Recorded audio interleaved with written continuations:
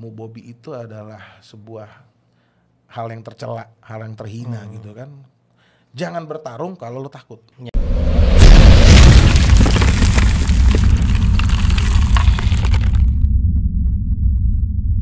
Salam Osmania, kembali lagi bersama saya Ricky Muhtar dari OS TV. Dan kemarin dunia karate dihebohkan di Indonesia karena ada yang namanya Kumite Championship atau Prime Kumite Championship. Jadi pertandingan karate yang bukan soft contact, bukan yang ala WKF rule, tapi full contact. Namun juga bukan pertandingan karate yang di dalamnya adalah pertandingan karate ala full contact perguruan lainnya. Nah, kita tanya langsung aja sama CEO-nya, Sensei Umar Hasan. Apa kabar, Sensei? Baik, alhamdulillah Sensei. Terima kasih udah berkenan hadir di sini. Karena kalau beliau kan biasa di TV-TV ya, di TV War itu. Wah, belum lah, baru wawancara aja kemarin. Kalau di kita kan ya OS TV ya. Siap, terima kasih udah ngundang. Dari masyarakat karate untuk karate. Nah, Sensei ini ada yang menarik di sini, ada Kumite Championship. Yes. Pertama yang muncul dari benak teman-teman tuh, apakah ini adalah karate combat versi Indonesia? Gimana sih? Boleh dibilang kayak gitu. Kita karate combat versi Indonesia. Kita bikin Prime Kumite Championship ini memang awalnya itu adalah dari boleh dibilang passion saya juga sebetulnya kan ya. Kita sama-sama lah mungkin passionnya karate ya. Tapi waktu dulu kita bertanding tuh saya banyakkan Hansoku itu terus penyakitnya. Even waktu saya turun di kejuaraan dunia ITKF di 2004 itu di Swiss, saya juga diusir juga, diskualifikasi. Padahal juga. Itu udah traditional full contact kan? Udah tradisional, tanpa kelas, tanpa pelindung, tetap aja kita kena.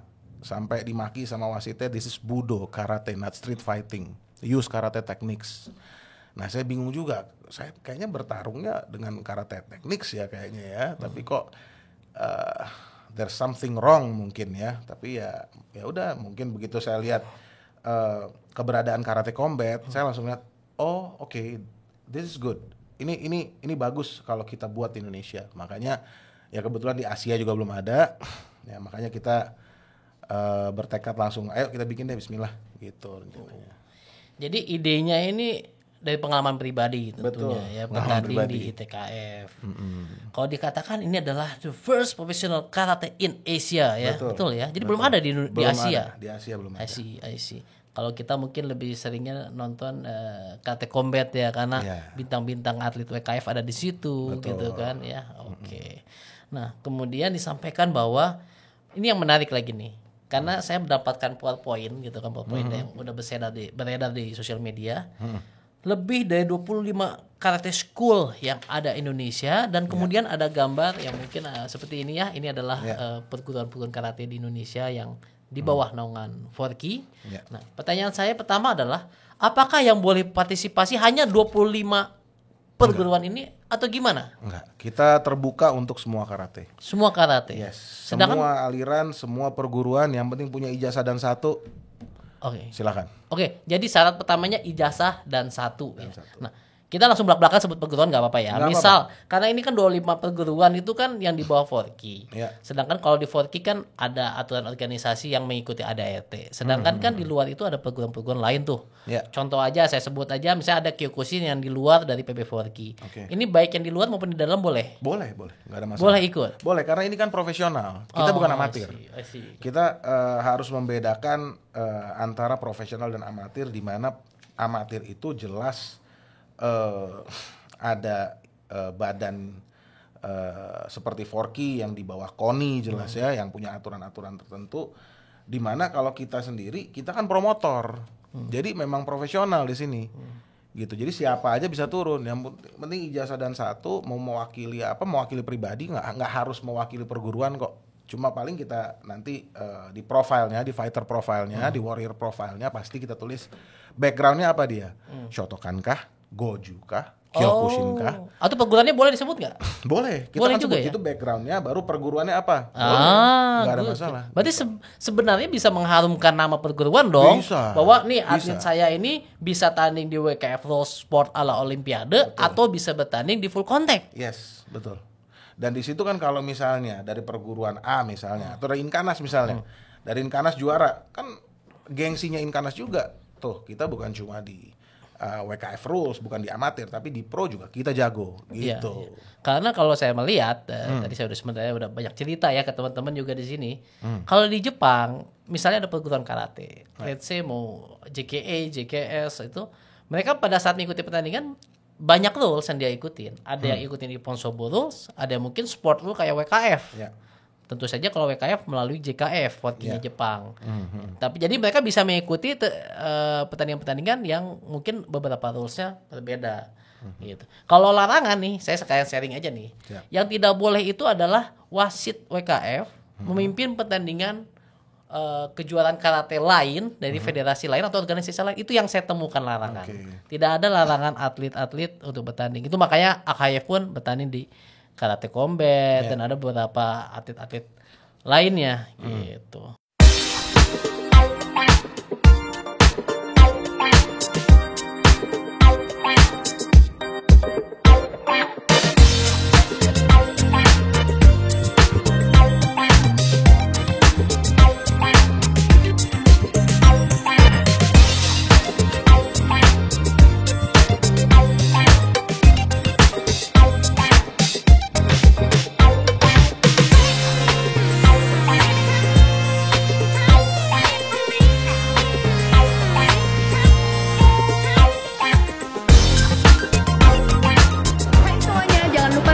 Video kita tanding di OS TV.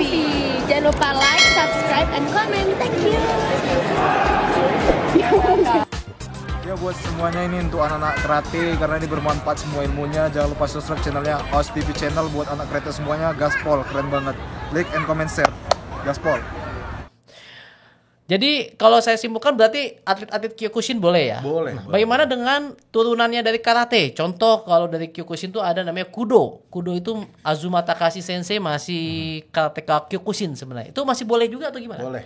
Boleh juga. Luar biasa. Boleh, nggak ada masalah. Kalau tadi mengenai perwasitan, kita perwasitannya itu karena kita ada badan sanctionnya tuh kita dengan KOBI kan, sudah terafiliasi dengan KOBI, dengan Komite Olahraga Bela Diri Indonesia. Jadi wasitnya pun mereka yang siapkan. Oh sih. Ya, mereka siapkan wasit.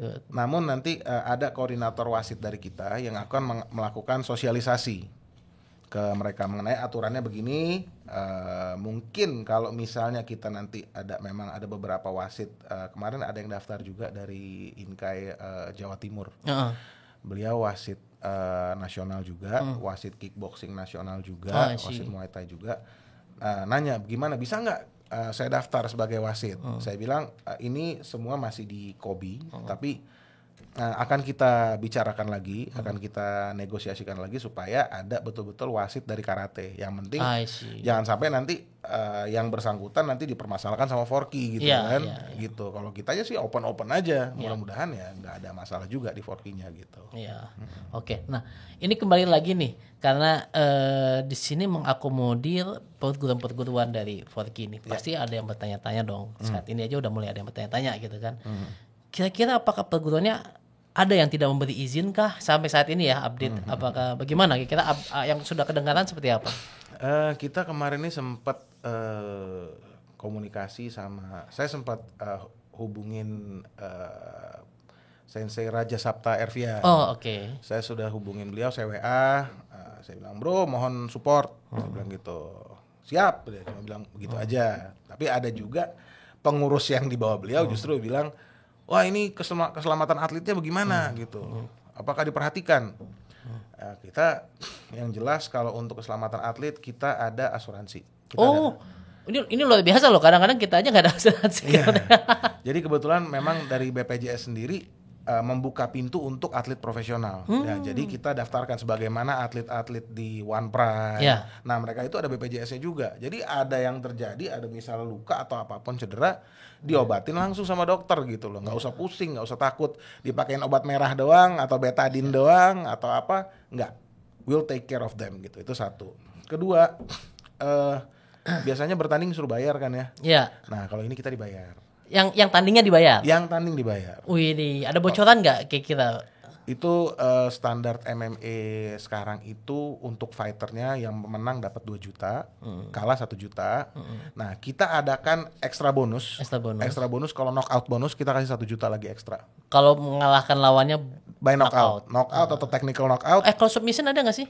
Tidak ada. Oh, tidak ada Nggak submission. ada. Kita ada ground and pound ada, itu dibatasin cuma 5 detik. Sama kayak karate combat. I see. Kita benar-benar adopsi peraturan karate combat. Cuma satu yang saya hilangkan itu di karate combat itu ada boleh give up. Oh, give up. Ada give up boleh di karate combat. Nah, Mekanisme give up-nya gimana kalau karate combat? Lempar handuk tap atau? out atau lempar tap handuk out. mungkin bisa. Nah, kalau saya ngelihat tap out itu atau lempar handuk itu bertentangan dengan prinsip Bushido soalnya. Ya nggak sih? We fight till the end. We fight till the last spill of our blood gitu kan. Kita nggak boleh kita lagi bertarung, tengah-tengah bertarung kita nyerah, itu lemah. Nah, itu yang saya hilangkan dari Prime Kumite Championship. I see. Gitu. Ya, jadi memang kalau dilihat mostly pengaruh dari karate combat ini sangat cukup besar ya. Betul. Pengaruh di sini. Dan di tradisional juga dulu ada istilahnya kan mubobi. Mubobi. Ya kan, itu kan takut. Ya kan? Nah, itu nggak boleh ada. Itu buat seorang karateka harusnya mubobi itu adalah sebuah hal yang tercela, hal yang terhina gitu kan. Jangan bertarung kalau lo takut. Ya. Bener nggak? Kalau kita prinsipnya gitu, jangan bertarung kalau takut. Dan when the fight comes to you, you have to be ready to fight back. Ya.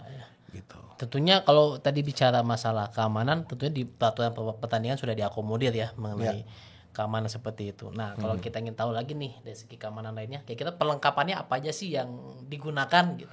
Oke, kita cuma pakai karate gi aja, cuma celananya aja. Sabuk karatenya pakai nggak? Sabuk pakai. Oh, pakai sabuk karate. Sabuk pakai. Sama kita pakai sleeveless.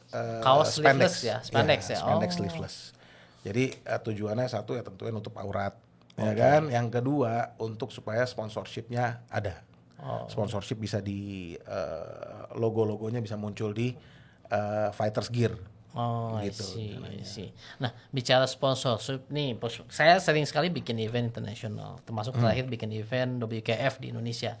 Yang biasa kita temukan adalah kita selalu kesulitan mendapatkan sponsor. Dalam artian tidak ada sponsor yang datang dengan sendirinya memberikan dana. Yang ada biasanya karena faktor kedekatan, dekat dengan si A, dekat dengan si B gitu kan. Baru sponsor ini datang. Betul. Nah, ini gimana dengan Prime Kumite Championship sendiri? Apakah sudah memiliki sponsorship? Karena ini rencana udah ada 4 event di tahun ini dan satu event ada 10 pertandingan, itu kan lumayan ini ya akbar ya, besar ya, 4 pertandingan sebesar ini gitu kan. Nah, ini gimana, kesulitankah mendapatkan ini? Karena kalau bagi saya pasti sulit. Ini bisa sharing nggak nih? Iya. Ya namanya sponsor plus minus lah, pasti ada.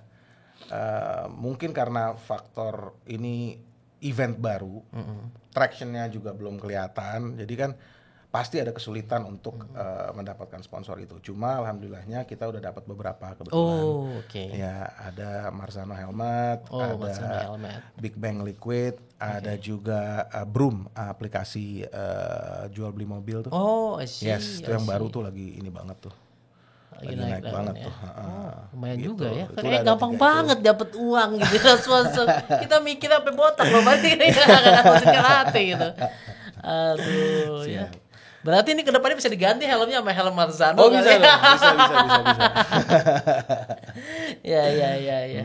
Jadi masalah sponsorship udah aman semua ya. Sponsorship alhamdulillah aman. Ya kita masih nyari juga, ada beberapa juga yang lagi kita approach. Ada teman-teman di Nestle juga gitu. Yang mudah-mudahan tembus juga dari situ. Ada perusahaan juice company juga tuh Toza, mudah-mudahan oke juga dari situ. Ada air minum juga, perusahaan air minum ada gitu. Jadi ya berjalan lah mudah-mudahan. Nah, sini saya mau bacain beberapa yang ada di PowerPoint ya. Teman-teman bisa ikut baca juga di Instagramnya, apa mungkin bisa disampaikan Instagram? Instagramnya Prime Kumite Championship. Prime Kumite Championship. Soalnya yang di dokumen saya masih kumite.id di sini ya, yang lama ya. Yang lama itu. Nah, itu bocoran soalnya nih. Siap.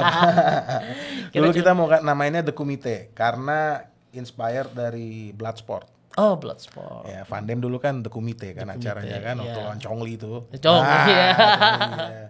Itu acara The Kumite. Cuman kalau misal kita lihat kok cuma kalau The Kumite aja kayak we need to have something ini ya, something jadi ciri-ciri kita lah gitu kan. Kita dari Prima Media Group, so kita bikin Prime Kumite Championship gitu. Oke, selanjutnya saya mau bacain beberapa peraturan yang ada di dalam Prime Kumite. Yang pertama, martial art combat sport based on the principle of karate, itu aggressive striking. Ya, striking itu ada ya. Itu standar lah ya. Mukul, nendang boleh. Boleh. Nendang ada low kick boleh, low kick. Di bawah dengkul boleh. Bawah dengkul boleh. Di atas dengkul sampai pinggang nggak boleh. Kita Tapi kalau- menghindari low blow. Oh, oke. Oh, malah di atas lutut sampai pinggang nggak boleh. Nggak boleh. Oh, jadi yang paha nggak boleh ya? Paha nggak boleh. Oh, karena kalau di Nggak boleh. Kyokushin ini beberapa banyak Iya. yang pakai itu. Heeh. Kalau apa ya namanya tuh saya lupa namanya. Kayak Rolling Thunder itu boleh lah ya, yang dia jukit balik sambil nendang. Ini di Kyokushin banyak sekali boleh. Boleh. Boleh ya. Boleh, nggak masalah. Kemudian kalau ya menghindari low blow ya itu ya. Iya. Tapi kalau poin-poin terkait ini ada hitungannya berbeda nggak sih kalau misalnya di karate sport kan kepala poinnya 3, di sini poinnya 2, di sini sama semua. Sama semua. Oke. Selanjutnya ada sweep. Sweep ini sapuan. Nah, Iya. sapuannya seperti apa sih kalau boleh? Harai lah, Harai harai ya, boleh ya? ya, Gitu boleh. ya. Heeh.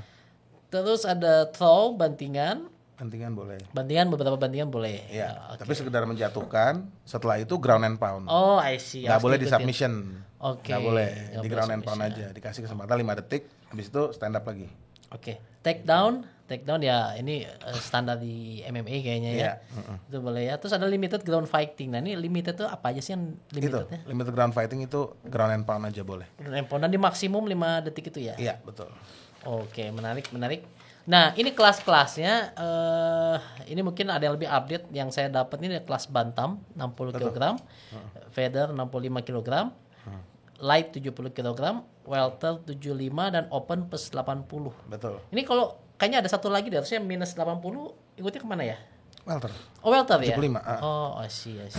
Langsung plus 80 open aja. Open aja. Jadi ini mirip peraturan karate tahun dulu tuh. Iya. 60, 65, Kelas dulu bebas. 55 Kelas ya, kelas bebas. bebas. Iya. Dulu Itu kan banget paling seru sebetulnya iya, kan. Iya. Seru bebas. Iya. Yang kecil lah, yang besar. Iya.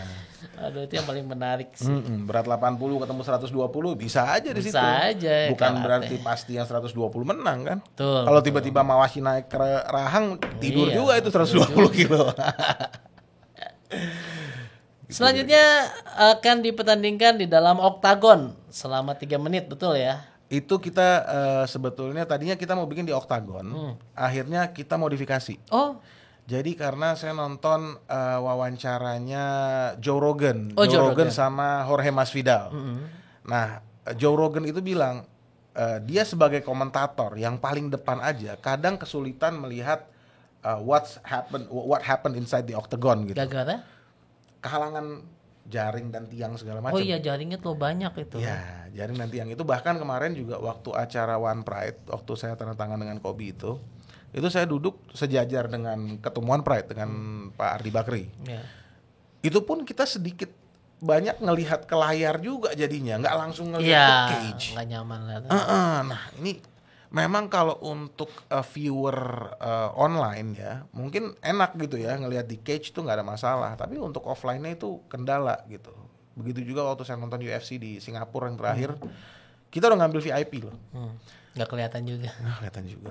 Ujung-ujungnya lebih enak lihat dari Yes, digital atau betul. handphone atau TV. Atau yang di penonton itu yang tribun itu kita ngambil kan yang VIP itu kalau nggak salah $1.800 tuh Iya. satu tiket. Nah, yang tiket harga $500 itu jauh lebih enak nontonnya lebih dari atas gitu, benar-benar oktagonnya kelihatan.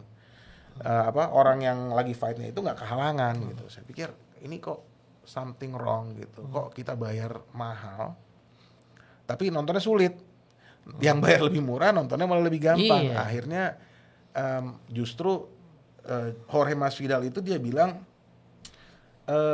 pitnya Karate Combat lah yang sangat menarik dia bilang. Begitu juga Joe Rogan dia bilang iya itu menarik banget. Itu you have an excellent view dia bilang untuk itu. Nah kita lagi mikir okay, so we gonna modify, kita mau bikin octapit jadinya. Octapit, Yes, tetap oktagon tapi pit. oh Jadi kayak tetap- Karate Combat ya, Ya. apa ada cerukan ke bawah. Ada cerukan gitu ke bawah, ya? kemungkinan Oh, kayak I gitu. see. see. Jadi nggak menghilangkan ciri khas oktagonnya, nggak hilang, oktagonnya tetap, ada ya? tapi pit. I Gitu. see, I see. Jadi yang mau ikutan latihan dulu aja tuh modelnya Octapit. Nah, itu kan salah satu strategi bertanding. Betul, siap. Gitu. Dan mereka akan mendapatkan poin ya. Jadi kalau menang 3 poin, draw 2 poin. Itu kalau untuk liga. Untuk liga. Jadi kita bikin 2, kita bikin turnamen dan liga. Oke. Jadi kalau untuk turnamen itu 2 ronde kali 3 menit. Per kelas itu dilaksanakan pada hari yang sama. Misalnya di yang pertama, event pertama tanggal 23 Juni, kita rencananya itu untuk kelas paling ringan, which is bantam, dengan kelas paling berat, kan open weight, turnamen. Oh. Karena pesertanya kan kita batasi untuk yang ini per kelas itu cuma 4 orang dengan cadangan 2 per kelasnya. Nah jadi 4 orang itu langsung ketemu semifinal, lolos langsung final, begitu. Nah kalau yang lainnya itu liga, sistemnya jadi round robin, semuanya ketemu. Nah yang round robin itu baru yang ada sistem poin. Oh, I see. Gitu. Jadi klasemen gitu betul-betul. Kalau kita lihat UFC kan sebetulnya kan seenak-enak matchmakernya aja kan. Ya, yang menarik mana, yang hype mana. Oh ini fighting stylenya, oh ini stand up nih, kalau diketemuin sama wrestling kurang menarik gitu kan, nggak bisa ngejual nih. Oke kita adu stand up, Benar-benar entertainment ya. Entertainment doang, nggak betul-betul round robin ketemu semua kan enggak. Nah ini kita pengen bikinnya ketemu semua. I see. Jadi betul-betul who's the best gitu. Baru nanti kita pertemukan antara juara turnamen dengan juara liganya. Jadi ada super fight-nya gitu untuk di kelas itu. I see. Jadi ada turnamennya juga dan ada liganya. Betul. Wow, menarik. Selanjutnya ada judge scoring, evaluated by the judge. Using the 10 point mass system. Ini apa ya 10 point mass system? 10 point mass tuh yang ini untuk pemenang setiap ronde dapat 10 poin. Yang kalah di ronde itu dapat 9 atau kurang dari itu. Kalau misal terlalu didominate bisa 10-8 misal nilainya gitu. Sama kayak di UFC lah kayak gitu kira-kira. Cuma bedanya kita akan open mengenai scoringnya.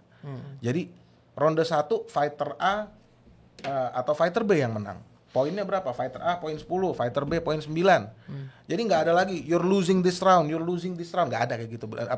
Dalam sekedar analisa pelatihnya doang, tapi benar-benar real. Lu menang atau kalah ronde ini. Dapat poin 10 atau 9 atau 8. Kalau 10 berarti you win this round. Oke, next round gimana? Nah, kalau yang ketinggalan kan berarti kan wah gua ketinggalan nih. I have to be more aggressive gitu kan. Gua harus lebih keras serangannya, lebih cepat lagi. Gitu. Taktiknya harus lebih mantap gitu. Jadi kita open lah supaya nggak ada kontroversi juga gitu kan kadang-kadang kita ngelihat ini kok harusnya dia yang menang nih. Kenapa dia yang menang? Kayak kemarin misalnya Leon Edwards lawan Kamaru Usman. Ada yang berpendapat Kamaru dong yang menang, Edwards di press terus kok. Ya kan? Tapi ada yang berpendapat juga, oh enggak, Edwards yang menang, Kamaru nggak bisa take down dia kok. Dia defense tapi serangannya masuk banyak kok. Ya kan itu nggak ketahuan tuh ronde 1, 2, 3-nya siapa yang menang sampai 5 kan nggak jelas. Karena kalau bicara pertandingan tuh kembali ke peraturannya itu sendiri, games rules-nya lagi. Kadang-kadang seorang atlet juara di pertandingan tipe pertandingan rules ini tapi bisa kalah di rules yang B. Ya kan? Hal itu kayaknya harus bermain strategi permainannya seperti apa. Betul. Nah, selanjutnya saya akan bahas legal teknik. Jadi ada beberapa teknik yang legal. Kalau di sini saya baca punching and striking boleh dengan syarat close fist ya. Jadi tertutup, tidak boleh ada slap, stoking nggak boleh juga ya. Enggak. Oke. Karena dikhawatirkan kalau tangan terbuka kena mata. Eye poke gitu kan. Itu mungkin teman-teman perlu tahu nih gitu kan. Karena dibilang karate itu kan biasa tangan terbuka juga ada, tapi kan untuk alasan keamanan jadinya dibatasi. Tendangan juga boleh ke front dan side of the head. Jadi boleh ya ke muka ya. Boleh. Torso above bed line di atas pinggang. Roundhouse boleh, hooking kick boleh tapi hanya di deliver to legs below the knees only. Jadi roundhouse atau hooking kicks boleh ke ini ya di bawah lutut ya. Enggak, roundhouse boleh kok. Roundhouse maksudnya diperbolehkan ke dalam selama di bawah. Oh ini yang yang ngait kalau kita kan di karate ini kan suka ada juga asibarai sebenarnya sih, tapi ini mungkin di bawah lutut. Kalau soccer kick nggak boleh ya? Soccer ini kadang-kadang soccer kick itu kan lawan udah jatuh, kepalanya gini nih. Malah nggak boleh. Nggak boleh kan? Lawan lagi di bawah kita nggak boleh tendang. Nggak boleh ya? Pukul boleh. Soalnya itu beberapa MMA ada yang boleh, ada yang enggak kan? Iya, dulu Pride kan boleh tuh. Ya. Tapi UFC kan nggak boleh. Iya. Itu kan bahaya banget. Ya, Rizin juga masih boleh kalau nggak salah. Bellator nggak boleh. Sempat ada soalnya KO yang gitu kan bahaya gitu. Bahaya, sangat bahaya. Di sini nggak boleh ya? Jangan. Oke, soccer kick nggak boleh. Nanti dimarahin lagi nanti, dibilang nggak memperhatikan keselamatan atlet lagi. Tentu saja kalau tenaga medis ada dong. Ada. Lengkap ya. Lengkap. Tidak ada yang lengkap. Lengkap. Bahkan kita rencana kan bikinnya itu kalau kita nggak berubah ya di Cempaka Putih, di Gor Cempaka Putih. Oh, Gor Cempaka Putih. Nah itu sebelahnya aja udah rumah sakit Yarsi. Ya. Ada apaan? Nggak perlu pakai ambulan, suruh gotong sama teman-teman juga sampai. Ya, selalu terjaga lah keamanannya. Mudah-mudahan terjaga, nggak ada yang cedera parah. Mudah-mudahan. Hammer fist nggak boleh ya? Nggak. Standing fighter may attack only with legal hand strike except hammer fist. Kemudian apalagi ya yang menarik di sini saya bahas. Kalau teman-teman ingin baca lengkapnya bisa langsung follow di Instagramnya saja karena di situ juga ada pelanggarannya apa, lengkap pelanggarannya apa. Jadi mungkin Anda bisa mempersiapkan atlet-atletnya seperti apa. Nah, yang mungkin yang pengen saya tahu saat ini udah berapa banyak sih yang daftar? Sekarang Kita baru buka 25 Maret ya. Jujurnya kita baru buka nih pendaftaran. Kemarin udah beberapa ada yang mau daftar, cuma masih kayaknya lagi mempersiapkan video-videonya kayaknya. Oh iya, karena harus kita ngumpulin minta video. Oh ya, sebentar saya tahu formulirnya nih. Kita bukan nih. Saya baca soal formulirnya. Jadi salah satunya harus ada ijazah dan 1, betul? Betul. Kenapa? Saya nonton MMA di Indonesia itu dari tahun 2010. No, 2009 lah bahkan. 2009 tuh masih di Tetra Pak.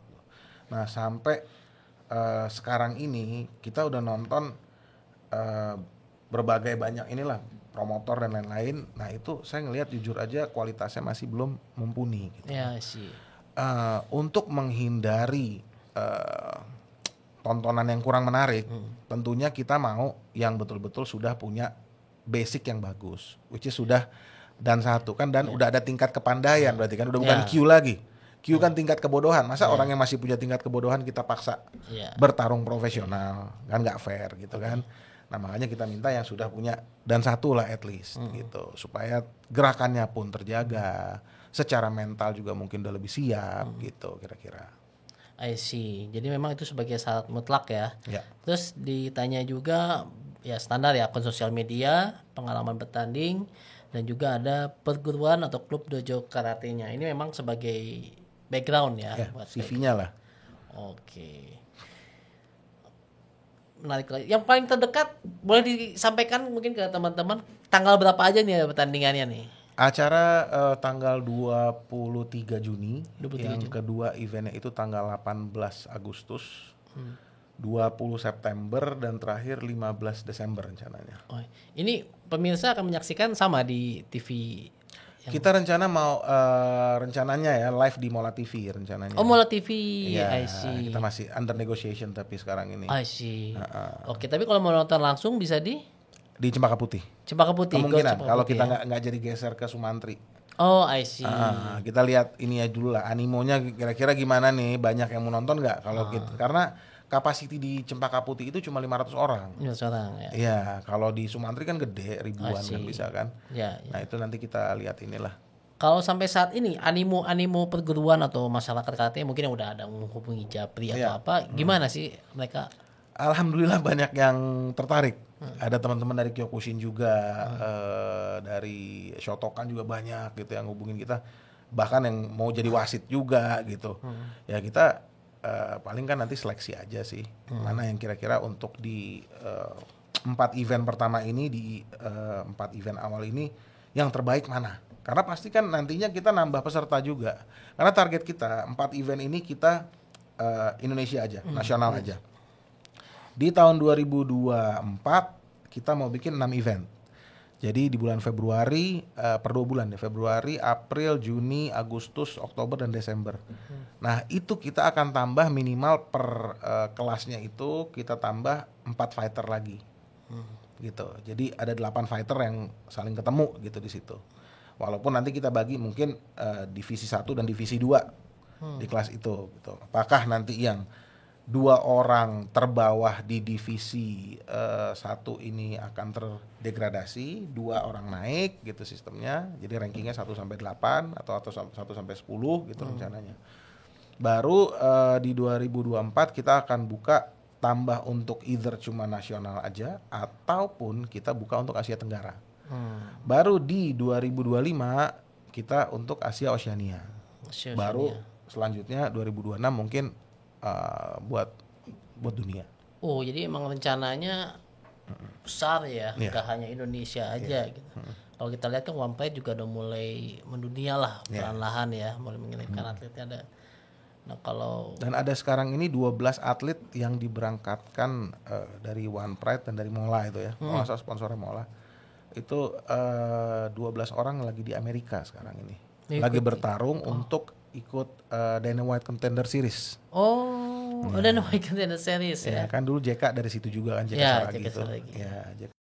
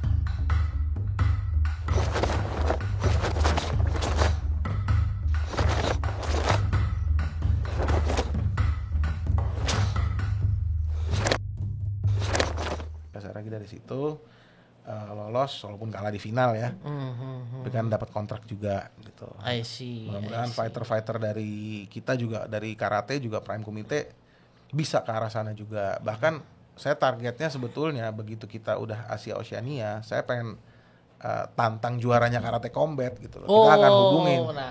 Ya, kayak kemarin Bellator versus Rizin kan. Nah, kita ayo co-branding ya. Iya, juara lo lawan juara gua gitu kan. Menarik gitu. Sih. Saya yakin lah, mudah-mudahan kalau ini fighter-fighter kita juga mudah-mudahan bisa inilah. Ada prestasi dunianya juga lah, harus lah. Indonesia kan harus, sering banyak melihat berita kita bisa berkiprah gitu di nasional juga ya. Kemudian untuk ini saya masih melihat yang laki-laki ya, perempuannya belum dipertandingkan. Kita nggak mau bikin buat perempuan. Emang nggak mau buat? Enggak. Rencananya enggak. Kenapa? Saya nggak terlalu ini aja, suka perempuan diadu-adu gitu. Silakan bertarung di amatir aja lah gitu. Kalau ini kasihan perempuan diciptakan sama Tuhan buat digebukin gitu, kasihan gitu jangan. Jadi penonton aja paling ya. Jadi kayak waktu itu juga pernah si ini Habib Nurmagomedov di wawancara kan ditanya sama satu perempuan gitu, dia bilang kan dia punya tuh Eagle FC kan, Eagle Fighting Championship. Tanya, di Eagle Fighting Championship kapan akan ada perempuan dan sarannya apa untuk fighter-fighter perempuan yang baru mulai berkiprah. Jawaban dia di Eagle nggak ada, dan untuk perempuan-perempuan ini bertarunglah di rumah-rumah kalian. Gitu. Always finish your husband, dia bilang gitu aja. Finish your husband. That's it. That's the best fight ever gitu kan. Kalau buat ini juga nggak ada. Kalau ini takutnya ada mudorotnya kalau pukul-pukulan. Kalau misalnya sama suami doang dapatnya pahala doang. Ya, betul. Gitu. Oke, paham. Siap. Betul. Jadi memang udah ada tempatnya masing-masing udah lah tempatnya ya. masing-masing. Yang mau ikut ya yang lain aja. Iya. Apalagi kalau zaman sekarang kan banyak yang non binary. Tiba-tiba ngaku laki-laki, ngaku perempuan, terus compete di sportnya perempuan, mecahin rekor perempuan. Ya buat kita ya itu maaf aja ya. Itu banci, Bos. Lu fight lawan perempuan, lu lari lawan perempuan, berenang lawan perempuan, matain rekor perempuan, lu laki. I see. Masa gara-gara kebodohan global ini kita mau ikut-ikutan? Ya enggak lah kita. Oke, jadi memang fokusnya hanya laki-laki di sini ya. Laki-laki aja. Oke. Menarik sekali ini perbincangannya, saya sangat menunggu lah pertandingan. Sayangnya 8 Juni bulan depan ya. Ya 3 bulan lagi insya Allah. 3 bulan lagi 3 ya, 3 bulan bulan lagi. Mungkin bagi Anda yang di sini menyaksikan, Anda mau daftar silakan, karena tadi saya bicara pun nggak ada masalah mau perguruan di bawah Forky, mau perguruan di luar Forky, atau selama masih turunannya karate dipersilakan. By the way, kalau mereka daftarnya secara individu atau harus ada klub? Enggak, individu aja. Individu aja bebas ya, Individu jadi nggak aja. perlu ada ininya ya. Enggak. Biasanya apa sih namanya, promotor atau apa sih yang nggak perlu ya? Enggak. Individu pun Promotornya bisa. kan kita. Ah, Promotornya kita. sih, Kalau sih. misal, karena kemarin ini juga ada dari teman tradisional, sekjennya FKTI, Andres Kumbang tuh, dia mau turun juga tuh, dia mau turun di open weight class. Open weight. Dia masih sekarang masih 38 lah kayaknya. Ya. Seumur lah. Masih muda. Masih 38, dia mau turun open weight. Dia Sih. bilang ya udahlah, dia kan pengacara, dia bilang ya sekalian lah gue sekalian promo ya kan, ya, pengacara yang fighter nih. Gitu. Jadi ala-ala Sensei Ronald Pati lah zaman dulu kan, pengacara fighter tuh. Dia maunya jadi kayak gitu. Nah itu ada info dari dia, ada yang kayak protes lah gitu, seakan-akan oh ini bawa-bawa nama, ini enggak perguruan enggak, atau bawa-bawa federasi atau yayasan. Saya bilang ini profesional, kalian harus bisa bedain antara amatir dan profesional. Ini kita promotor, kita nggak bawa-bawa perguruan, nama perguruan, yayasan ataupun organisasi apapun. Kita coba membuka peluang untuk semuanya. Karena gini, kalau kita bicara atlet-atlet yang berprestasi misalnya, kalau di Indonesia jujur aja, juara SEA Games aja ada yang ngojek bos. Ya Allah. Ya kan? Iya. Juara SEA Games bawa nama negara, mengharumkan nama negara. Merah putih dikibarkan dengan medali emas. Sekarang yang ngojek, bos. Nah, kalau misalnya kita arahkan mereka seakan-akan jadi selebgram baru lah ya. Iya. Siapa tahu rezekinya kebuka Kayak jadi Theodorus Ginting ya, kayak Ahong, jadi selebgram jadinya. Ya makanya, atau bisa jadi siapa tahu dapat peluang untuk main film. Ya kan? Suruh jadi lawannya Iko Uwais atau siapapun itu kan. Ada loh, Iya, ada. ada. Nah, makanya peluang itu kita buka lah gitu untuk mereka. Siapa tahu, atau misal dapat endorse-endorsean produk ya kan, kalau followernya udah banyak. Jadi kalau dibilang memperhatikan keselamatan atlet, enggak. Yang kita perhatikan bukan cuma keselamatan, tapi juga exposure-nya atlet. Pendapatannya, ya kan, masa depannya kita perhatiin semuanya. Tidak hanya disuruh tanding, udah selesai masa tanding, bye enggak ya? Enggak. Wow, Enggak. good. Ya, arahnya begitu mudah-mudahan. Ya. Supportnya makanya nih, Iya. dan Ricky. Ya, saya kemarin juga berdebat sama beberapa senior sesepuh saya. Ini perdebatan yang tertanya, sebenarnya bisa nggak sih, bukannya mencari nafkah di karate ya, tapi istilahnya hidup dan menghidupkan karate ini dalam artian profesional di karate. Jadi istilahnya ya melatih, mungkin tanding. Ada senior yang bilang sebenarnya bisa aja. Atau kalau di Jepang aja bisa, di negara lain juga ada yang bisa profesional pelatih, bahkan keliling dunia. Di Indonesia juga ada, tapi sangat jarang lah ada. Itu akan menjadi pertanyaan gitu. Nah ini saya mau sampaikan juga, kalau sekarang teman-teman mungkin bukan Netflix ya, ada judulnya Informa KTV. Informa itu judul filmnya, itu film Jepang. Ya. Memang masih sebagai figuran, yang main itu adalah Hideyoshi Kagawa, salah satu karateka juara dunia World Games, perak Asian Games di Incheon, dan udah sering juara beberapa kali lah di event-event WKF. Dalam artian saya kok melihat dia, udah mulai ke arah sini nih, entertainment. Apalagi beliau kan anaknya Masao Kagawa, yang megang dojo JKS juga, dan saya melihat sebenarnya bisa jadi profesional. Karena kalau kita lihat sebelum-sebelumnya ini banyak banget dong karateka yang jadi bintang film deh. Si Alven Bangun. Terkenal banget zaman dulu. Bahkan kemarin ada Maya Sheva, atlet sempat masih aktif tuh di SEA Games, jadi stuntman-nya Dian Sastro di The Night Come For Us. Ya, saya sempat masukin juga di YouTube channel saya. Jadi maksudnya sebenarnya ini bisa jadi salah satu stepping stone juga. Betul, ya. Tidak ya mungkin karirnya bisa di sini juga bagus gitu, karena udah lihat Suwardi, Theodorus Ginting udah bagus-bagus lah karirnya, Ahong. Jadi bagi saya ya, ini membuka kesempatan mereka. Karena nggak semua orang belajar karate cuman mau tanding di sport style doang. Ada yang kadang-kadang saya ngeliat ada bapak masih mau latihan, nggak mungkin lah dia mau ikut sport style gitu kan. Tentu punya niat lain lah gitu. Jadi wah terima kasih banyak nih, semakin terbuka lebar nih kesempatannya kalau ada karate lain. Oke, bagi saya sih semoga sukses. Siap, Saya sangat makasih. menunggu banget. Mungkin ada yang ingin disampaikan ke teman-teman, mungkin hal-hal yang gak jelas, mungkin yang suka ditanyakan Japri, bisa dijelaskan mungkin ke pemirsa di sini nggak? Kalau mengenai aturan boleh dibuka aja di Instagramnya Prime Comité Championship. Situ cukup jelas aturan mainnya seperti apa. Yang jelas kita terbuka untuk semuanya. Nggak ada batasan, dalam artian tidak ada batasan perguruan, yang penting minimal dan satu berusia 18 sampai 40 tahun.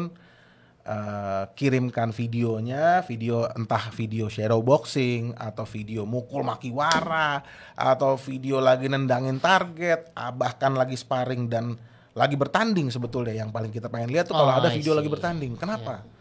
Karena saat bertanding adrenalin tuh naik. I see, ya betul. Apakah masih keluar teknik karatenya? Ini juga yang bikin saya minimal dan satu deh. Nanti takutnya masih ban coklat dipaksain.